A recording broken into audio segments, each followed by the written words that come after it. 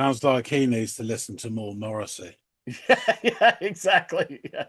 That might resonate with him. Although I have to think, even if there's a connection from the emotional standpoint, this Yank would probably much prefer to listen to Blackberry Smoke than the wailing of Why a not? of an You're English gonna song. love this. Yeah, yeah, exactly.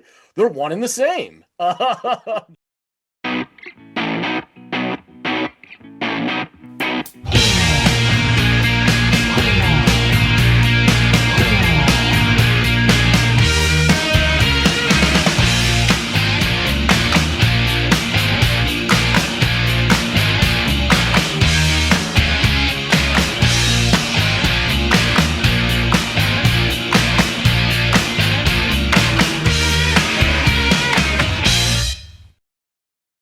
Hey, everybody out there. Welcome back to another Friday episode of the Audiophiles. I'm Andy. That is John over there. And we are going to devote today's episode to a song suggested by one of you lovely people out there in the listening audience. Today, we have a song that has been offered up by, of all people, that guy. That guy 4019. Guy. I know, Guy. it's always that guy. But that guy would like us to revisit a band that I've brought to the channel in the past on one occasion, and the very same album by that band, though admittedly a different track. So we are going to be checking out Blackberry Smoke, and we did Sleeping Dogs, but this one is going to be Ain't Much Left of Me. Off of, as I mentioned, the Whippoorwill, that album by them. So, John, you enjoyed, I think, Sleeping Dogs to some extent, did you not? Yeah. I let that one lie. Yeah. Okay. Excellent. Well, I think that guy, myself, and anyone else who clicked on this episode will be interested to hear what you have to say about Ain't Much Left of Me. So why don't you go off, give that thing a listen, and then come back and let us all know what you've made of it. Will do.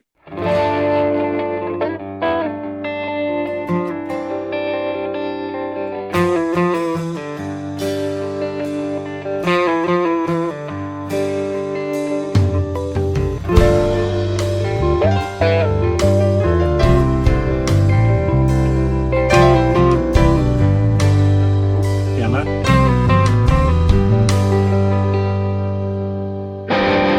Ah,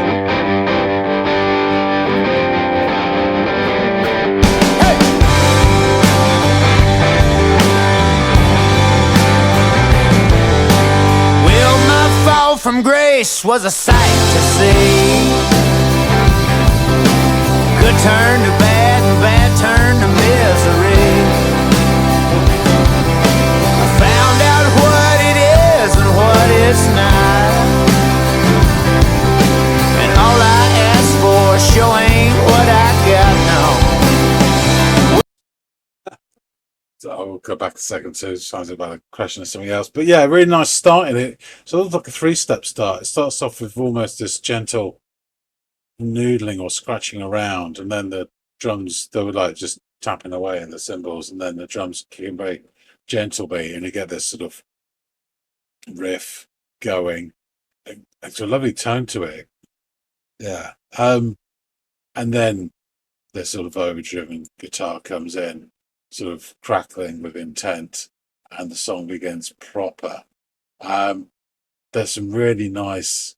There's a lot of piano tinkling I heard in the sort of intro there, and then these Hammond organ sounds, big chords going along, which always sound great to my ears. Um, yeah, the thing about this sort of music, and I'm no expert at all, take my cues from like Leonard Skinner and Old Brothers, um, but it's a lot. It's that sort of classic rock with a bit of sort of blues and maybe a bit of country and a bit of gospel. Sometimes there's sort of like a bit of boogie woogie going on underneath as well.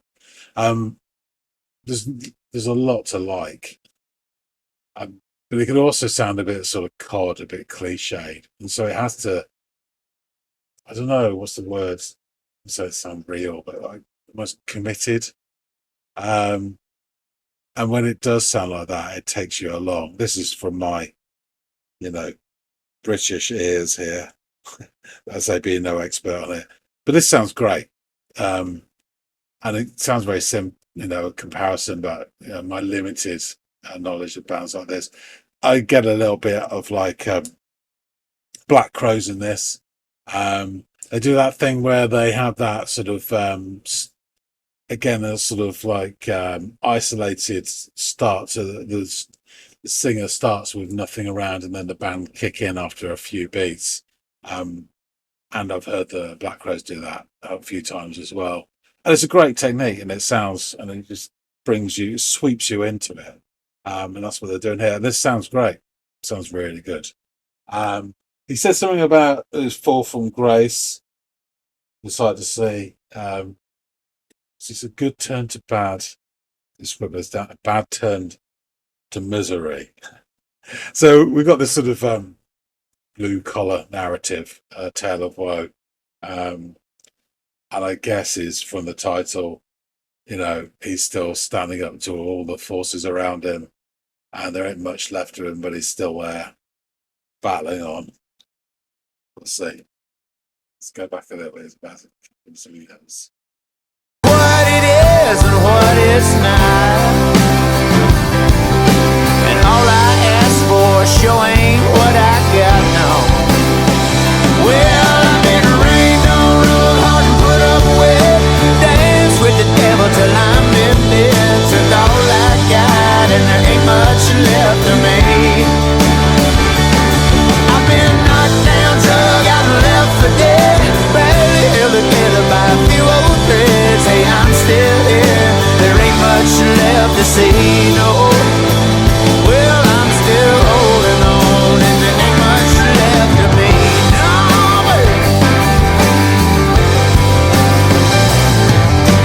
Thought that I'd hit That was a chorus, obviously. I'll try not to interrupt anymore after this. But yeah, he goes into a bit of peak at his sort of his character and his voice. So there was bits I was struggling with, and I do anyway.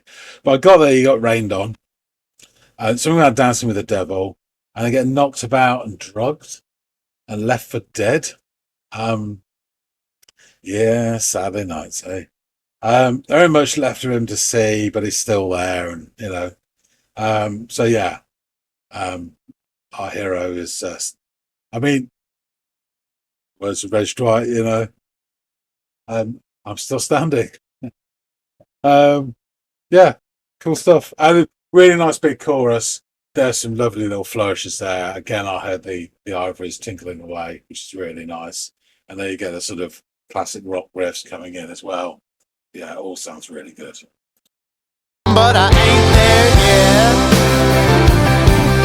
'Cause you'd be surprised at how low a man can get. I watched all them dreams slip through my hands. Now I'm getting out of here while I still can, Mom. Well, I've been rained on, rode hard and put up with, danced with the devil till I'm ended. Took all I got and there ain't much left of me.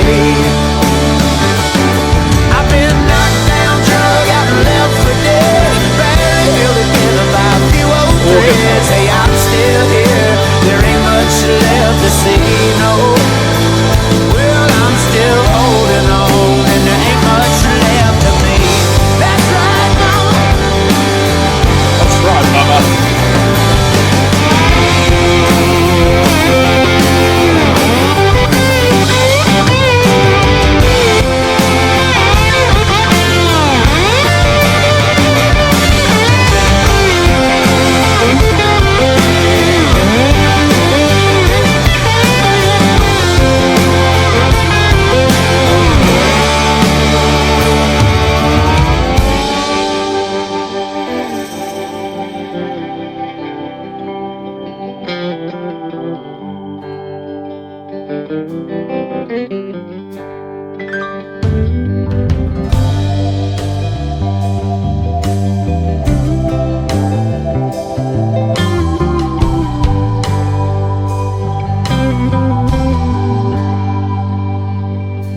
Well, my fall from grace was a sight to see. wondered what became of me. Do I have to get down on my knees and ask the Lord above, have mercy, please? Well, I've been rained on, rode hard and put up with, danced with the devil till I'm in debt, took all I got and there ain't much left of me. I've been knocked down, drug out and left for dead, barely held together by a few old threads. Hey, I'm still here, there ain't much left to see, no. Well, I'm still holding on. Well, there ain't much left to me now. Well, there ain't much left to me. I said there ain't much left to me now. Yeah, well, there ain't much left to me. Oh.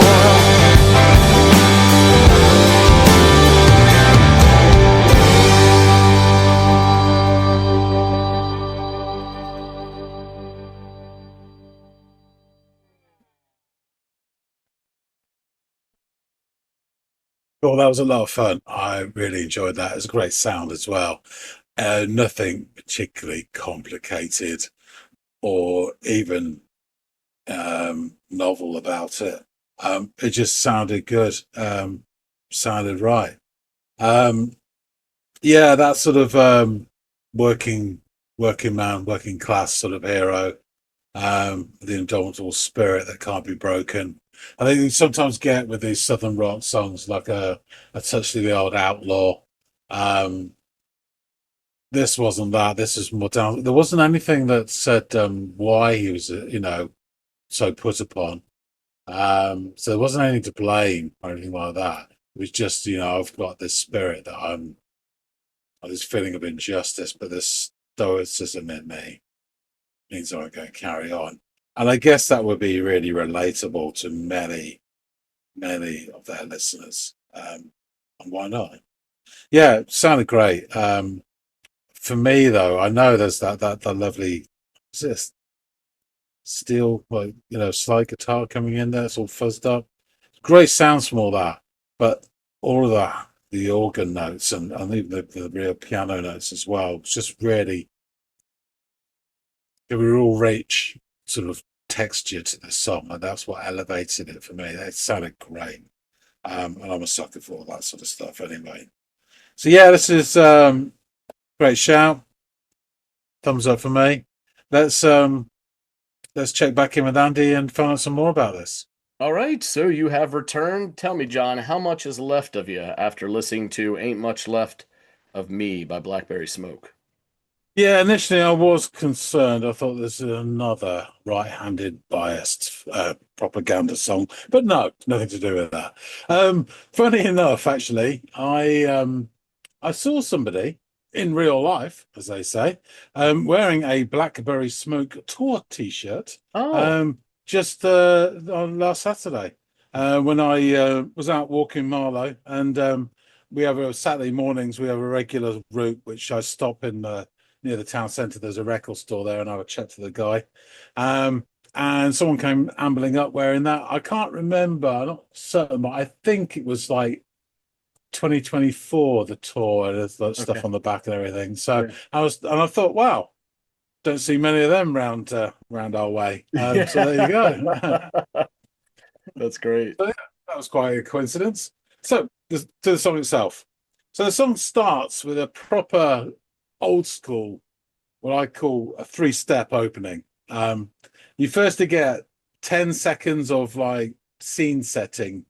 This guitar starts to almost fidget and scratch out some sort of melodic line while the drummer's sort of prodding the metalwork a couple of times.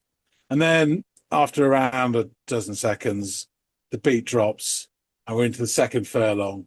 And in comes the bass and the piano, and I think an acoustic guitar as well, but it's certainly a full sound. And now the electric guitar is it finds a very rich tone to establish this riff for the next dozen seconds. And the tone of it's really nice, and it kind of it makes me think of this is what it would sound like if Pink Floyd circa 1975 had attempted Southern rock. It would sound Mm. like this. There's that lovely sort of wish you were here kind of tone to it. Yeah, yeah, yeah. And then in comes the main guy, this overdriven guitar, wearing Stetsons and Spurs. And the riff sort of crackles with intent. It may be straight from the 70s, but it's still got the tagger on it. We get a quick hey, and the drums show that they were just kidding before and properly crash and bash and wallop around. Opening lines, well, my fall from grace was a sight to see. Good turned to bad, and bad turned to misery. Not the novel. Yeah. So the first few words are in isolation, and then the band kicks in with aplomb. There's this lovely sort of Hammond organ sound. I'm going to call it Hammond organ. It's an organ sound, haven't they? Wafting its way through these lines with some expansive chords. Now, I'm no expert on Southern rock, which is why I have a very limited frame of reference. I get reminded of the Black Crowes here. They do that sort of isolated vocal start and then the delay band intro on a few songs, and I'm sure plenty of other groups do as well, but that's my reference point. The thing with Southern rock that I've found as a limey listening and a layperson is that when it's done really well, like the blues, it really stirs something, but it has to sound, for want of a better word, committed, real, or whatever you want to, Otherwise, it can easily slide into cliche or even unwitting parody. Mm-hmm. And this is something that's really hard to qualify, except by feeling it as a listener. There's no clipboard or spreadsheet that's going to help you here. And the same goes for sort of the traditional blue collar narrative of Southern rock songs, like the opening couple of lines. There's something in the genes of the family that make up Southern rock. So you've got, obviously classic rock, but a bit of blues and a bit of gospel and a bit of country. And all three of those genres in particular require you to buy into them. Mm-hmm. And if once you do, and the music is good enough, that it's really rewarding. So it's an interesting opening a couple of lines. It sets that scene of a well-trodden way, but really well way of doing it. We get a couple more lines, and then we hit the chorus. I get bits and pieces here as his vocals, which are great, but they become more stylized and go kind of peak at certain parts of the chorus. I love that basically, from what I can gather, our protagonist has been rained on, which isn't terrible. But then he's danced with the devil, which can have his benefits as well. He gets knocked about a bit, drugged, and then left for dead. Still, that's life working in an Amazon distribution center. The defiant refrain is that he's taken all there is to take. And while the title suggests there ain't much left of him, he's still there. You might even use the phrase, I'm still standing, if it were available. It's that classic sort of working class stoicism celebrated in many a song, which I guess makes it really relatable to listeners as well. Though I suspect of the four classic virtues of stoicism, most of them doing the heavy lifting would be courage, followed by justice, wisdom a little far down the line, and temperance not even on the list. And he sings at this point, I thought I'd hit bottom, but I ain't there yet, because you'd be surprised at how low a man can get. So it is down this route. If you want to be blasé about it, it's oh woe is me. But we never really learn, or at least I don't hear it, which doesn't mean that we never really learn, but I don't hear it. What is the root of our hero's misfortune? Mm-hmm. There is no shoulda, coulda, woulda here. It's just this is the scenario. I'm being crapped on, but I'm resilient, like all you guys and gals listening, and I will, plow on through. We go back into the chorus again, really full sound. As I listen more closely the second time, it is a really full sound, but the drums, and in particular those organ sounds, really stand out to my ears. Those keyboards, organ, what do you want to call it? There is a proper piano. There is like a Hammond organ sound. There's probably other keyboard sounds as well, but that Hammond organ gives a richness to the landscape of the chorus that really elevates it for me. After a throwaway, "That's right, Mama," which every song needs. That's right, Mama. South of a certain line in America, we get to the tasty stuff. For me, I take my sort of markers in Southern rock from, like, very sort of obvious cues like Lynyrd Skynyrd or Allman Brothers. And this fits in right there. I know there's this scuzzy, I think it's a slide guitar, but it kind of man spreads all over the track like a dude on a New York subway. Really sounds great. And at the end of his little turn, it sort of as the notes finish, he kind of banks left and scoots off, and it leaves this sort of atmospheric bit that's filled with this guitar starting to noodle us back towards that, and we get this beautiful little sort of tinkle on the ivories for just a little sort of riff, which is really fun. And it slowly works back to the song, aided and abetted by some very gentle, controlled drumming and these sort of wistful keyboard notes.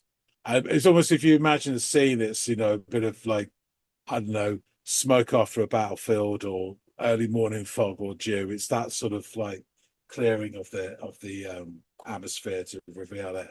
Yeah. Then we get back, another vocal in isolation, and then the delayed return of the band, which I think that line is repeated from the first line of the song, but then it changes after that. And the band crash back in with thunderous repartee, even bigger than before. And then we get a full gobful of rocking all the way through to see us out. I think this is an uncomplicated song.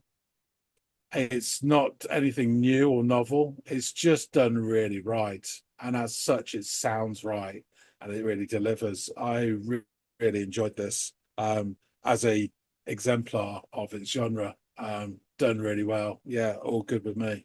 Excellent. Yeah. I figured you'd like it. The way you received Sleeping Dogs in sort of the same vein, where you brought up Skynyrd. I think I brought up Allman Brothers. We both agreed that this was a very well executed sort of mining of that sound, and then reinventing it or reimagining it 30 years down the line or whatever, you know what I mean? So yeah, they do a really good job of staying authentic to the Southern rock root sound, and in such a way that I don't think it comes off as sounding commercial or pastiche or plastic in any way, shape, or form. It's just these guys could have easily been those aforementioned bands' contemporaries, and they would have been held in the same esteem. I truly believe that at the same time. But really glad you liked it. I'm sure that guy 4019 is as well.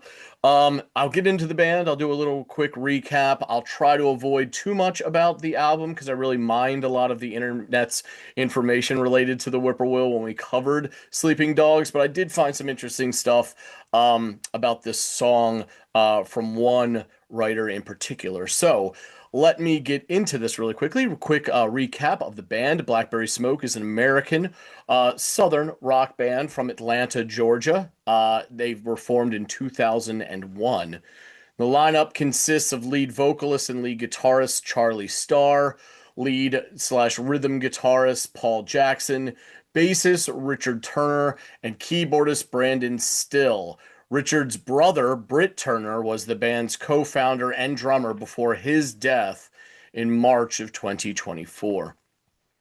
So the drumming duties have been covered during the band's tours since 2023 by Atlanta drummer Kent Aberle.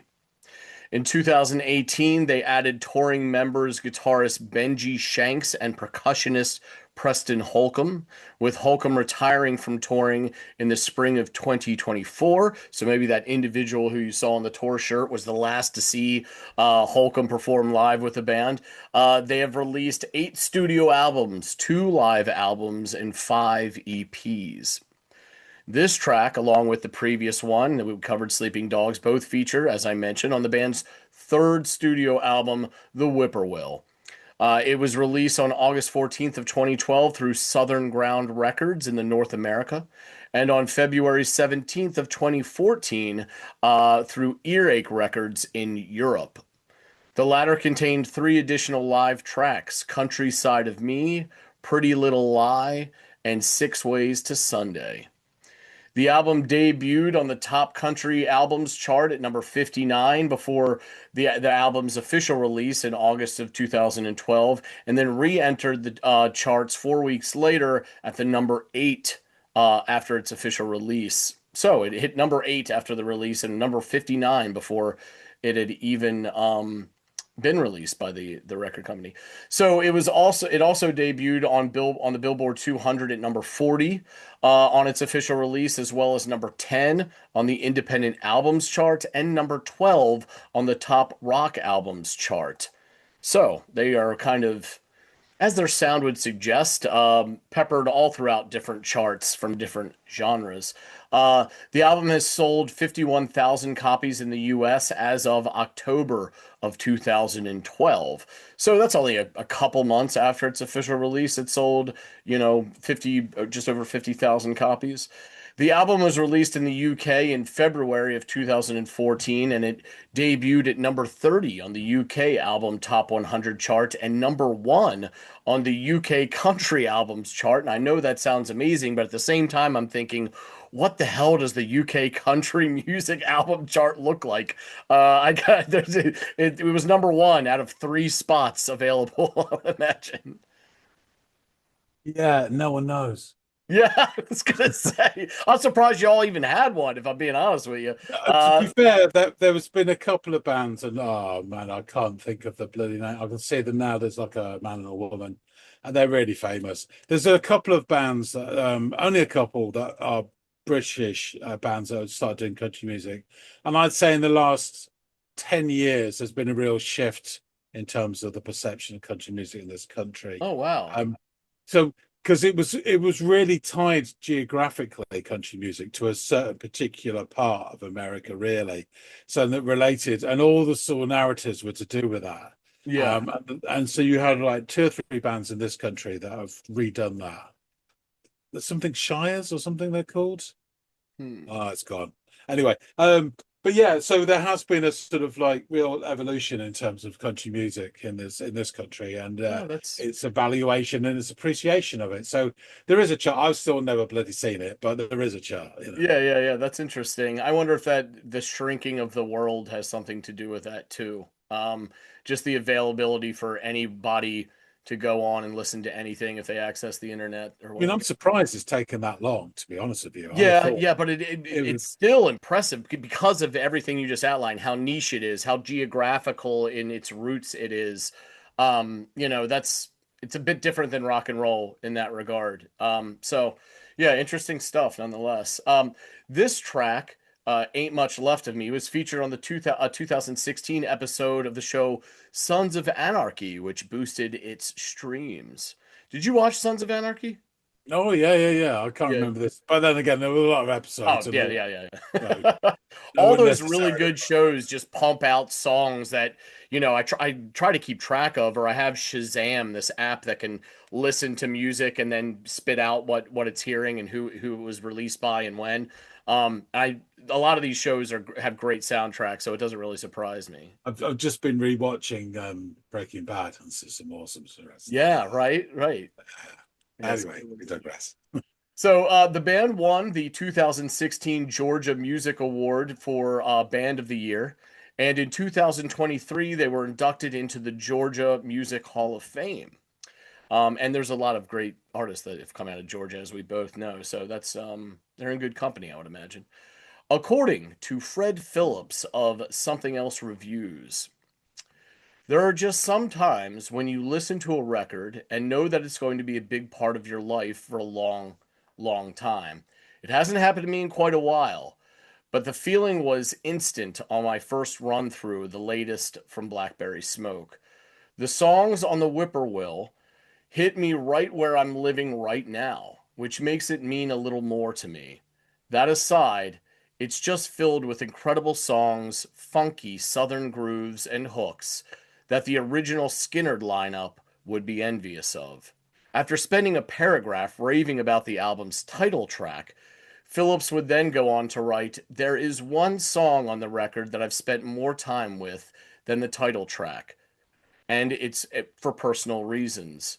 Ain't Much Left of Me could easily have been written about my own life over the last few months. There's rarely, maybe never, been a song that fit my life more at the time it was released than this one, and I admit it's been a comfort to me. There's a lot of sadness, anger, and misery in the song, but also a sense of victory in the fact that, though things are so miserable, he's still here and still holding on. I also like that it's not a slow, sappy, wallowing song, but kind of an upbeat southern rocker. There's a very short list of songs in my life that have meant so much to me at one point or another, and I have a visceral, emotional reaction every time I hear them, and Ain't Much Left of Me has joined that short list." So let's jump into these. Oh, go ahead, John. Sounds like he needs to listen to more Morrissey. Yeah, exactly. Yeah. That might resonate with him. Although I have to think, even if there's a connection from the emotional standpoint, this Yank would probably much prefer to listen to Blackberry Smoke than the wailing Why about. not? You're gonna love this. Yeah, yeah, exactly. They're one and the same. So these lyrics. Well, my fall from grace was a sight to see. Good turned to bad, and bad turned to misery. I found out what it is and what it's not. And all I ask for sure ain't what I got. No. Well, I've been rained on, rode hard, and put up wet. Danced with the devil till I'm in debt. Took all I got, and there ain't much left of me. I've been knocked down, drug out, and left for dead, barely held together by a few old threads. And I'm still here. There ain't much left to see, no. Well, I'm still holding on, and there ain't much left of me. Thought that I hit the bottom, but I ain't there yet. 'Cause you'd be surprised of how low a man can get. I watched stolen dreams slip through my hands, and now I'm getting out of here still while I can. Well, I've been rained on, rode hard, and put up wet, danced with the devil till I'm in debt. Took all I got, and there ain't much left of me. I've been knocked down, drug out, and left for dead, barely held together by a few old threads. And I'm still here, there ain't much left to see, no. Well, I'm still holding on, and there ain't much left of me. That's right. Well, my fall from grace was a sight to see. Nobody even cared what became of me. Do I have to get down on my knees and ask the Lord, Lord, have mercy on me? Well, I've been rained on, rode hard, and put up wet, danced with the devil till I'm in debt, took all I got, and there ain't much left of me. I've been knocked down, drug out, and left for dead, barely held together by a few old threads. And I'm still here, there ain't much left to see. No, well, I'm holding on, and there ain't much left of me. There ain't much left of me. I said there ain't much left of me. No, yeah, well, there ain't much left of me. Written by Charlie Starr whilst going through a divorce, the lyrics of Ain't Much Left of Me tell the story of a man who has endured a lifetime of hardship, reckless living, and heartbreak. And the song operates as an anthem of resilience, exploring how the narrator feels battered and nearly broken by his past choices, but still finds a sense of triumph in the fact that he is still holding on. So, there you have it, a song of perseverance and not giving up, even when you feel like you are possibly at or near your lowest. So, yeah, good track. Another great one off a really good album by these guys, Blackberry Smoke. And I'm glad that that guy took the time to offer this one up and that you enjoyed it as much as you did. Yeah, I like the fact actually that They don't say why he's in this situation. You said it's following a divorce, but when you Yeah. listen to the song, you don't. So I think that would color it a bit too much. Do you know what I mean? And then you could sort of almost sit in judgment of why is that. Whereas this is what's happened to me, and this is how I'm coping. It's more a universal appeal, I think. Totally agree with you. And to be honest, it may not have had this more universal appeal to it from a commiseration standpoint that resonated with Fred Phillips of, something else reviews, where maybe Phillips wasn't going through a divorce, but he'd been laid off after 22 years at a job, or some other, a death in the family, or maybe a perfect storm of one shit sandwich after the other, to the point where he felt like he was at a breaking point that had nothing to do with a divorce or anything like that. If it had been more into she took this and I lost this to her and I don't get to see the kids, and he got into specificity, you're alienating a large group of people that could probably really rely on this song as a crutch, and a way to cope, like Phillips did. So yeah, I totally agree with you. It's almost better to cast a wider net and bring in more folks. And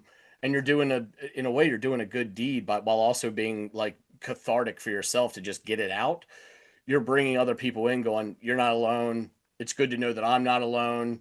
Oh, my daughter dealt with this, or XYZ. You know what I mean? It's just, there's more universal appeal in the way in this writing technique. You're 100% right in that, John. So, yeah, really great stuff. I want to thank you again, John, and that guy 4019. Thank you so much again for offering this up. It's a lot of fun to dig back into the Whippoorwill and Blackberry Smoke, and I'm glad we got the opportunity to do that. So thanks again.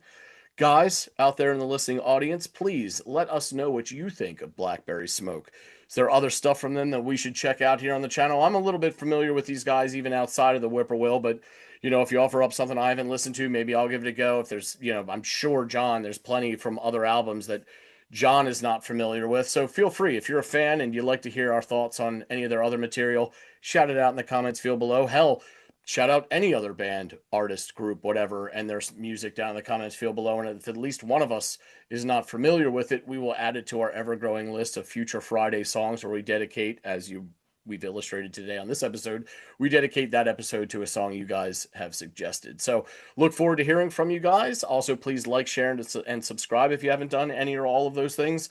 It doesn't cost you but a couple clicks, but it means a lot to us, and we really do appreciate it. And hopefully John and I will catch all y'all in growing numbers on the next episode of the Audiophiles. Have a great weekend, guys.